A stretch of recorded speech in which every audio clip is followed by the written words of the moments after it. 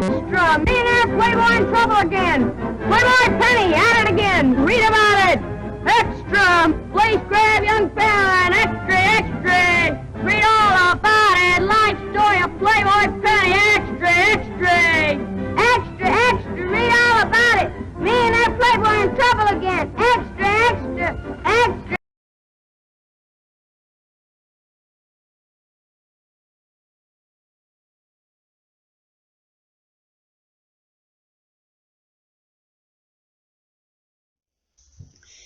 Okay guys, so with theme 6 we have different forms of kinds of publishing.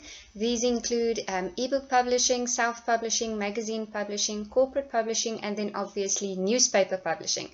Very excited to talk to you guys about news publishing today, which I find very interesting, and it's also one of the oldest forms of publishing.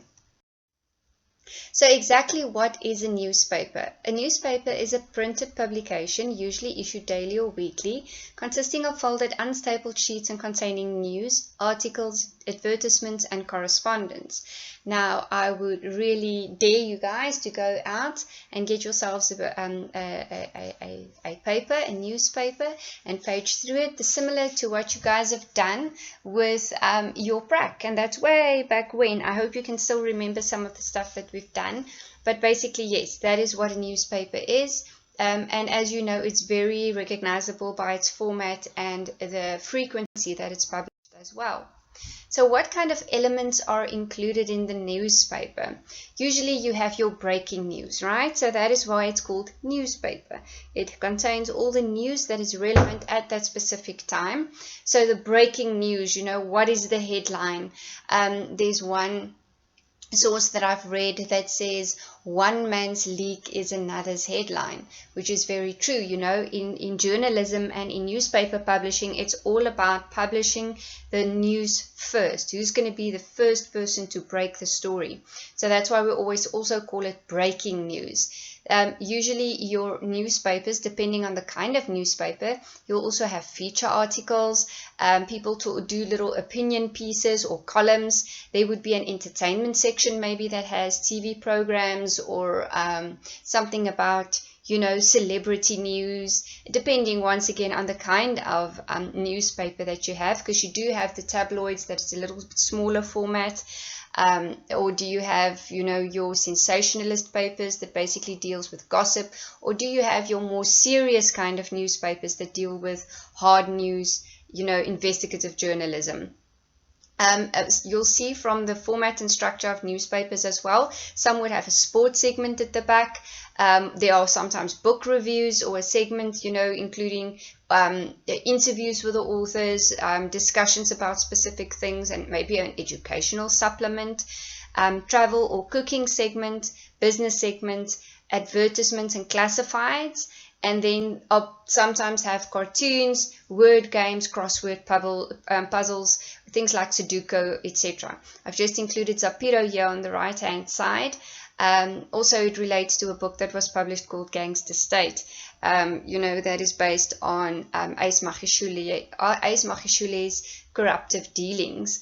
But anyway, so yes, you know, all know Zapiro, and he's quite well known for his satirical cartoons that he includes in the newspaper.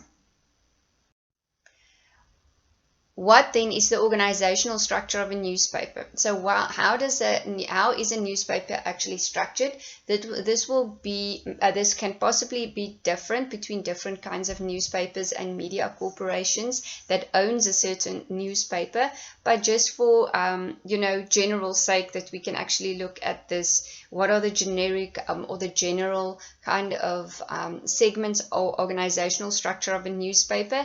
And these would include advertising, editorial, circulation, sales and distribution, and then business and legal. The business and legal side is basically the management side. They look at the financial matters, strategy, you know, where do they want to take this newspaper? What are their new ways that they're going to go about it? Contracts, legal, administrative, all those kinds of exactly what it says, business and legal section. Your advertising section is very important because they sell advertising space.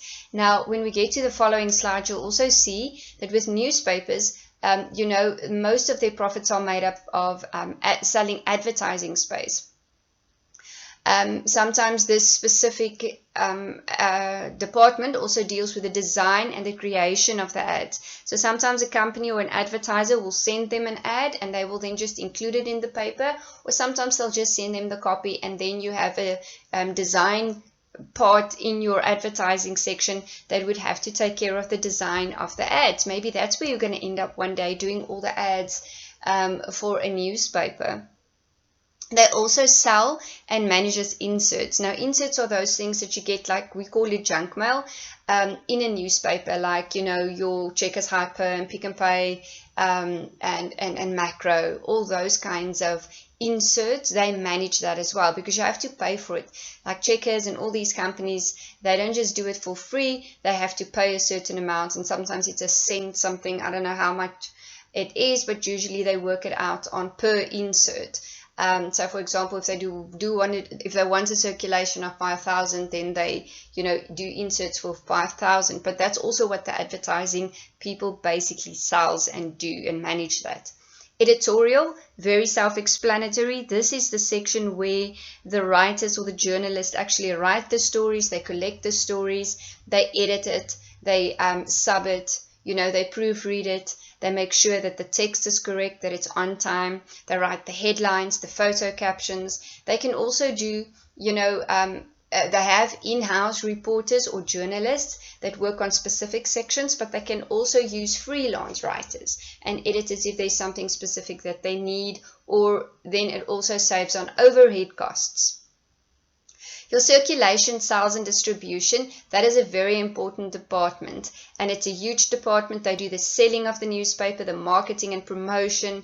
They handle subscriptions as well. They take care of the delivering and distribution, you know, how many outlets does it go to, all of those things. The inserts and the bundling as well. So yes, in advertising they sell the fact that they sell the option to do inserts, but with circulation, sales and distribution, they actually manage, they get the inserts, they have to insert it physically in the newspaper, they do the bundling, they do the shrink wrapping, etc.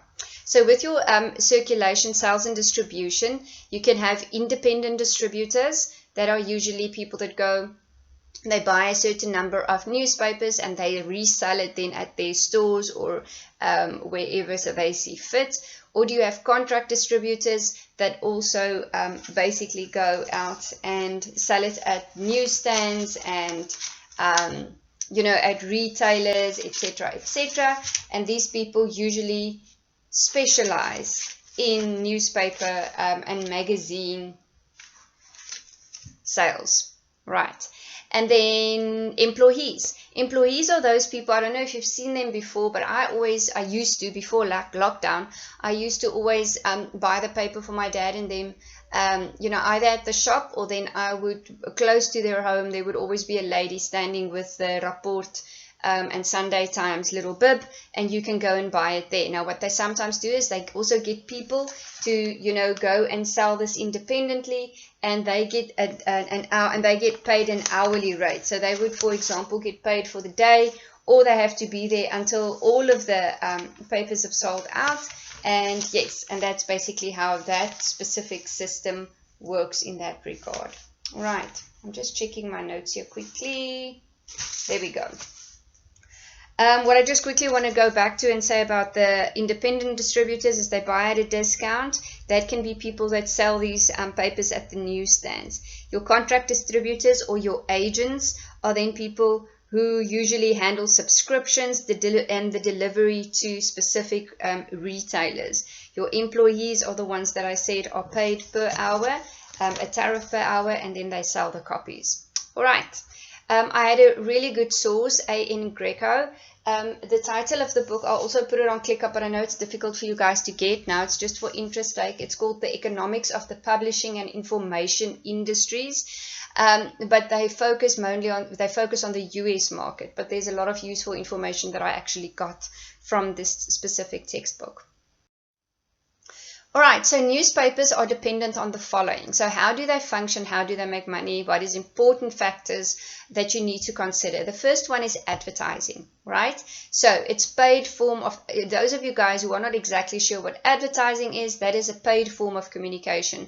That is to brand your products or your services or whatever kind of thing you want to market, but you paid for that. That's paid for communication. It's not when your journalist goes out and, you know, does an interview with someone and they publish it as a feature article because that person didn't pay to have it in the newspaper.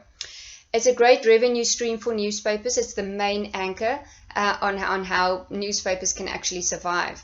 Now, advertisers target a specific demographic. All right. So if you are an advertiser, once again using the Massmart group like Makro or Game or whoever, and you now want to advertise in a specific newspaper, you need to go and look what is the demographic of that newspaper, who buys that newspaper, where is that newspaper sold, before you make a decision to actually put your inserts or your adverts in that specific newspaper, right? So they target a specific demographic. So each and every newspaper, although the news could be similar in specific newspapers, there's a difference in who and how they target their audience, and we'll get to the audience later on. The rates for advertising in a specific newspaper is then calculated based on circulations. So if they have a circulation of 90,000, then obviously your advertising rate would be worked out accordingly. But if you're a smaller newspaper, you cannot necessarily charge a higher price for advertising because maybe your circulation is only 2,000.